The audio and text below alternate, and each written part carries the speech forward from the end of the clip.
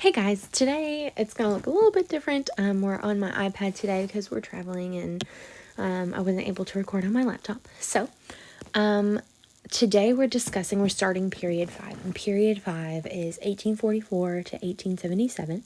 So it is a 30-year period, 33-year period of the major issue is slavery. And westward expansion and how that will expand slavery, leading to the Civil War and Reconstruction, which is putting our country back together again. But before that begins, we have to talk about the institution of slavery and how it caused such a rift in our nation in the mid-century of the 1800s, okay? So to understand that, we have to remember what King Cotton is, okay? So we know that the invention of the cotton gin by Eli Whitney in 1793, the Southern economy was pretty weak. Depressed prices, unmarketable products, land had been overcropped, it was depleted of nutrients, and the slave system was pretty unprofitable. Some people were freeing their slaves, some people were thinking that slavery was going to gradually die out. Well, enter the cotton gin in 1793, and now cotton was much more profitable, and it's 50 times more effective than picking cotton by hand and picking the seed out of the white fluff. And so tobacco, rice, and sugar aren't really that important anymore, and it becomes cotton, cotton, cotton. And most importantly, slavery is invigorated because plantation owners realize they can make a lot more money if they have more slaves to handpick more cotton to then harvest on the cotton gin, okay? So it becomes this giant factory, in a sense, of cotton production, a cotton kingdom. It's like they worship a king, cotton, okay? And so that kind of changes the demographics of America as that the South becomes more and more ostracized from the North and the West, who are becoming more manufacturing based, more, the market revolution had changed the North in a sense to where they weren't agricultural anymore, okay? So we see on this map here, so in 1820, we do have a boom in cotton in these areas, especially in the Carolinas. But then towards 1860 and 1861 is the beginning of the Civil War. We have much more major cotton production areas all along the South. Okay, when we're looking at the South, we have to think about the regions of the South, and there are 3 major regions here. So we've got the border South, sometimes called the upper South, the middle South right here, and then the lower South. And the lower South is where the majority of cotton production took place, okay? So let's talk about characteristics of each region. In general, the further north, the cooler the climate, the fewer the slaves, okay? And then there's like less commitment to slavery. The further south you go, the warmer, the more muggy, the higher cotton yield could be, and so the more slaves and the more perpetuated bondage there is, okay? In the mountain regions, in the Appalachians, which is kind of comes down through this way, in the Appalachians, there's not as much slavery because there's less need. There's not flat land for a lot of farming to take place. And actually, they call them mountain whites that live in the Appalachian Mountains in the South will end up siding with the Union for the most part. And we've got quite a few of those in Kentucky and Tennessee and West Virginia. But as a whole, even though we talk about the South as the South, it wasn't unified. Those 3 regions each had distinct features and different views of slavery. Okay? So, when it comes to the border South, that is Delaware, Maryland, Kentucky, and Missouri, we have much more scarce plantation use, okay? It's much more small farms. Cotton cultivation is almost non-existent here. Tobacco is still the main slave crop in the upper South, and a lot of grain production, because remember, some of these, like Kentucky, used to be part of the West, okay? But now that the country has expanded, it's more part of the South, the upper South, okay? And these border states will end up siding with the Union in the Civil War. Even though they're slave states, they'll end up siding with the Union. All right, let's talk Middle South. Virginia, North Carolina, Tennessee, and Arkansas. There's some industrial production here. There's some ironworks companies. We'll see some Unionists during the Civil War, but still a lot more Southerners. We have a lot of plantations in eastern Virginia and western Tennessee, but it's nothing like the South, okay? There are more slaves. Slaves are about 30% of the population here, and the average is about 8 slaves per slaveholder. And we have about 36% of families in these regions in the Middle South own slaves. So it's a lot less than what we're going to see in the Lower South, okay? So the Lower South is South Carolina, Florida, Georgia, Alabama, Mississippi, Louisiana, and Texas. And historians sometimes call this area the Black Belt. And that's because most of the slaves owned in America are concentrated in this area, the Deep South, along river valleys near water sources. So these are big plantations. Cotton is king. We're growing almost all of the cotton in this area, and we're still producing sugar, rice, and indigo in this area. Secessionists or Southerners, Confederates, will come predominantly from this area. And slaves are almost 50% of the population here, 47%. And each family, the average family, owns about 12 slaves per slaveholder, okay? There are not many free blacks here. And 43, again, almost half of white families own a slave, at least one. Most people that own tons of slaves were the ultra wealthy. And for the most part, average families had 12 slaves, but we do have those large-scale production plantations with hundreds and hundreds of slaves as well, and that's mostly in the Lower South. All right, so what is the social makeup of all three of these Souths? We call it the planter aristocracy, okay? It's kind of like an oligarchy. An oligarchy means that 5 people rule. 5 or less, like a handful of people rule within a society. So these towns are going to be ruled by wealthy plantation owners. And those plantation owners kind of own the political, social, and economic makeup of everything. Socially, they're at the top of the food chain. Economically, they hold the most money. Politically, they keep getting elected. Okay? So we don't have much democracy. We don't have much public education because these people will hire private tutors to come live on their plantations and teach their children or send their kids to boarding school, okay? We get this notion of like honor and courteousness and chivalry, but also this feeling of like I'm better than you because I'm rich is kind of the aristocracy of those plantation owners, okay? It kind of feels like medieval feudal Europe, okay, where you've got the rich people are very rich and they kind of own this whole food chain, this whole social pyramid, okay? So what about the slaves themselves? Unfortunately, the bottom of this social pyramid. When it comes to the plantation system, it is risky, right? Slaves could die of disease. They could get injured or run away. And slave owners are investing all their money in the buying of slaves as property. They're also risking a lot in this one crop economy, okay? There's not a diversification of agriculture. There's no manufacturing. They're focusing on one thing, and they're very dependent on free labor, or that one thing is not going to be profitable. And so this discourages anyone from moving in, like immigrants. This discourages anyone from trying to start a business or make it big in the South, so they just don't industrialize. When it comes to plantation slavery, we have nearly 4 million slaves by 1860, and it is doubling every 25 years. Technically, the Atlantic slave trade was supposed to end in 1808 with that clause in the Constitution. So there are legal imports of slaves ending. Countless slaves are being smuggled in despite penalties for slavers. But honestly, there's an increase due to natural reproduction. Owners sometimes rewarded slave women for many children. Many slave owners, white slave owners, fathered a sizable mixed children population. And those children remain slaves for the most part. But they have their own communities, they have their own lifestyles, they have families. So they have children that are born into slavery. The slave trade continues domestically through slave auctions. And slave auctions, families are often separated. It's division of property.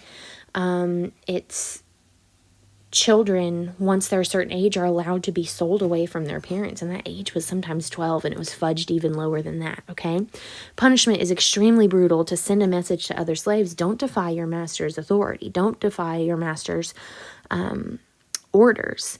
And so punishment was always often very physical as well as psychological. Living in this situation, in this society where you're told that you're less than, you're nothing, you're worthless, you can be sold away so easily. And despite all this, and the difficulty of farming and things like that, their African heritage and cultures were often destroyed, but they start developing their own Black American culture. And that starts growing exponentially. So this is a painting of a slave auction, and they are, slaves are advertised in newspapers. Sometimes they're sold as families, but more often than not, slave owners are after young males. And so young males are sold away from their wives, from their children. Young males who are still children are sold away from their parents. They are brought up on stage in chains or on slave blocks in the middle of town in chains. Sometimes slave owners would use selling slaves as a punishment to rip apart families on purpose as psychological torture. And so it's just so demoralizing to be put up on a block and sold. And that was part of the degradation of this entire race. So they're deprived of dignity. They're deprived of humanity. They suffer physical and psychological terror. They're ultimately convinced that they are inferior and deserve to be treated as such as a group.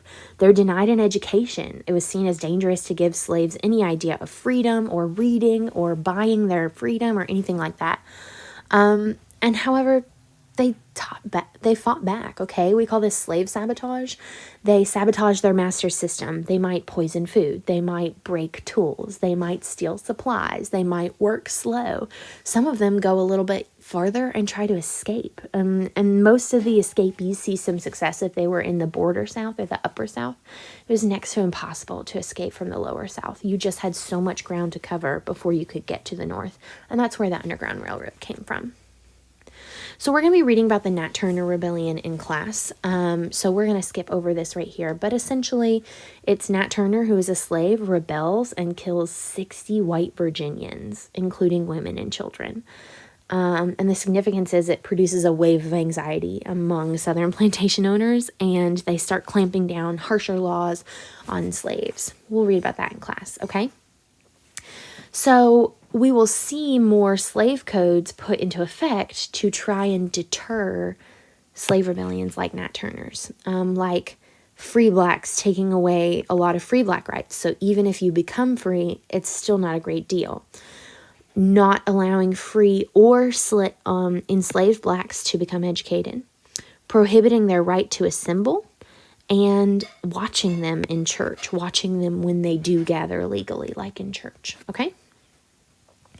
All right, so let's talk about society and the place of whites in society in the South, okay? So only about a quarter of white Southerners owned slaves or belonged to slave-owning families. A lot of slave-owning families had less than 10 slaves. Some white Southerners owned no slaves at all, and yet it was just so ingrained in society that even if it wasn't a part of your individual life, it was a part of your life if you were part of society. Slavery was just part of it, okay? We'll skip that. So the reason that it's so part of people's lives, even though 75% of white Southerners didn't own any slaves at all, is because the system of slavery promoted white superiority, and that is what white people sought after during this time, okay? So they are telling society, essentially, that if you're white, you're better, okay? Even the rich people would, play cards against, not real cards, but, psychological cards against blacks by saying, oh, poor whites are better than that, and If you are white, you're automatically better than what's at the bottom of this social pyramid. And it was seen as a social status to have slaves. And so those who didn't own slaves in the South were often trying to own slaves and live out this American dream of, I have people that work for me. And essentially, by the rich, ingraining into society, rich whites ingraining into society that white is better, they turn poor whites who are in a bad situation as well against free blacks and enslaved blacks when they could have worked together, in a sense, to overthrow the rich white planter aristocracy. So let's talk about the life of a freed black in the South. There are about 250,000 freed blacks in the South before the Civil War, and that's a very small number compared to the North. In the border South, we see a lot less slavery. In the lower South, we see a lot more slavery and a lot less freed blacks living there. Many of the freed blacks were mixed race or mulattoes, where they had oftentimes a white father and a black mother, and they were born into slavery or somehow purchased their freedom, or their master freed their own children. Some enslaved blacks worked after hours for wages for other farmers, like were hired out essentially, and would save up some money to buy their freedom. Some ran away, those sort of things. Some even owned property, but not very much. It was very rare for free blacks in the South to be owners of property, okay? So even if they're free in the South, they're not free from discrimination. They're prohibited from certain occupations. They were prohibited from testifying in court. They were always in danger of being forced back into slavery by slave traders who could fake papers to make it look like they were a slave that ran away. And it just became a very fearful life to be lived here in the South if you were a free black, okay? And I skipped that part. The notion that it was better to be a free black in the North, well, yes, because you're not surrounded by slavery, but it's still not that better. There's still lots of discrimination in the North. We have over 250,000, a lot more in the North, though, free blacks. Some states, though, still forbade them from owning certain jobs, didn't publicly educate black children.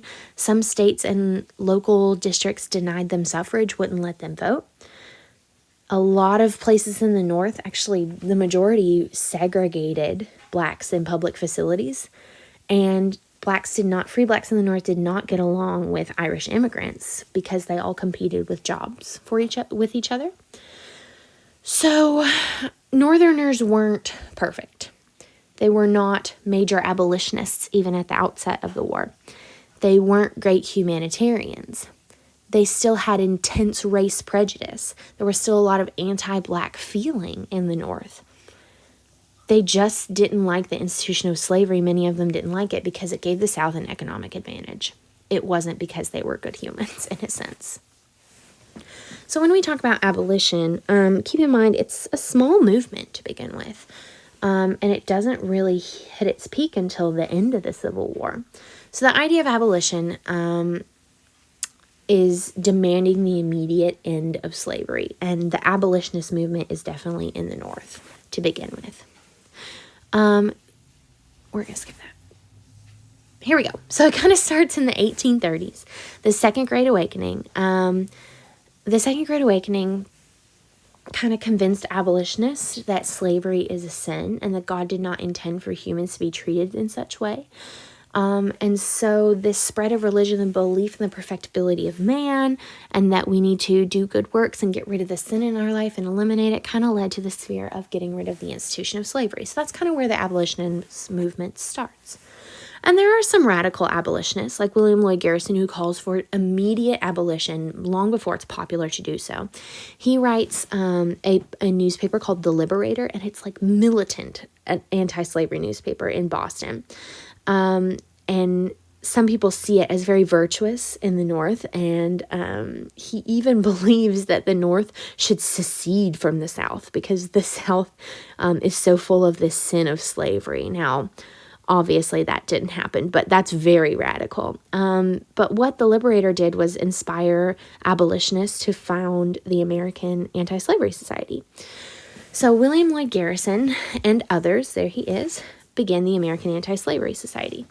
And essentially, this is a much more effective than calling for seceding.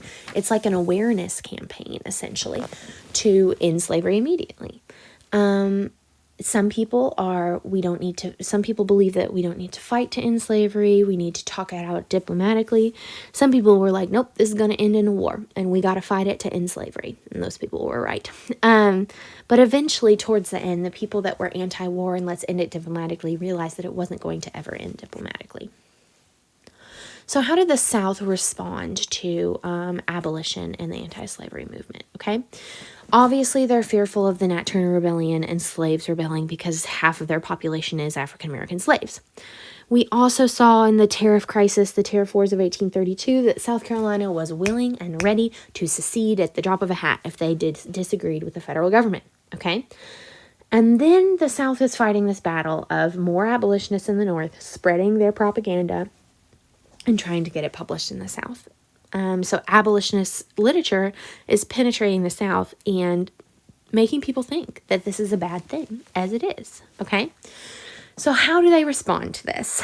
They respond with the argument that slavery is a moral good, okay? It's a massive defense of slavery as a positive good. They say it's supported in the Bible, in Genesis, and even Aristotle supported it as like a Greek scholar because slavery existed in ancient Greece. They say it was good for barbaric Africans because their white masters civilized and Christianized them. They claimed that the master-slave relationship was like a family and they take care of their slaves and they give them food and clothing and medicine and all those things, okay? They say that, oh, well, it's better than working in the factory and getting paid and overworked in horrible conditions like wage slaves, and that the fresh air in the South is better than stuffy factories. They say that there's always employment for blacks in the South. Well, it's not paid employment. They claimed that slaves were cared for in sickness and in old age. And essentially, they're fighting every single battle they can against abolitionists, up to and including lying about slaves' conditions, okay? And this is actually disgustingly successful, even in Congress. In 1836, there's what's called a gag resolution pushed through Congress. Because there was a Southern Democrat majority in Congress and they push it through and it's passed. And it basically says all anti-slavery appeals in Congress cannot be discussed. Anti-slavery petitions are prohibited. And for 8 years, nothing about slavery is allowed to be brought up in Congress. 1836, and 8 years later, John Quincy Adams is actually the one who fought against it and repealed it in 1844. But what was also pretty essential to this gag resolution that wasn't repealed was a anti-slavery materials ban. So the banning of anti-slavery materials in the mail was a separate issue, but essentially postmasters were told in the South, if you see anti-slavery or abolitionist literature, you must get rid of it, burn it, do not let it come into the South. So in some ways, they're very successful in that fake argument that slavery was good for society. So when it came to abolitionism in the North in the beginning, it is unpopular, especially William Lloyd Garrison. Northerners were kind of brought up to revere the Constitution. The Constitution is our law, and slavery was in the Constitution. It was protected in the Constitution and part of a big lasting bargain, like the Three-Fifths Compromise and the Slave Trade Compromise. And some Northerners thought those things were still working, that slavery was supposed to exist. And the idea of union, do not separate, is also ingrained in America. The North depended on the South economically and morally. We are a country, the United States of America. There were also some violence against abolitionists, mob outbursts. So we saw a New York abolitionist house ransacked. William Lloyd Garrison was dragged through the streets of Boston with a rope tied around him. An abolitionist reverend was killed. And we see that politicians kind of avoid the subject, like Abraham Lincoln in the beginning. Talking about abolition and choosing a side was political suicide. You were going to polarize people so quickly that they wouldn't vote for you if you started talking about abolition. So how does this movement that's unpopular become popular enough to begin a war? It just starts spreading. Abolitionism had a deep effect on Northern psyche by 1850. Many people, when states start joining the Union, they see these states wanting to become slave states and spread slavery. And it's like, ooh, but that's not a good thing. We shouldn't be spreading it. Maybe we should do something to act. And that's kind of when the ball gets rolling here. Many start to see slavery as unjust or undemocratic. These people can't vote, or barbaric. We're a civilized society. We should be above this. And it kind of starts, the abolitionist movement kind of gains some ground with the Free Soil Party, of which Abraham Lincoln joins. And Free Soilers believe that we shouldn't expand slavery to new territories. We should just keep it where it is in hopes that it dies out. So let's have the new soil be free soil is kind of the idea there. All right, that's all I have for today. Thanks, guys.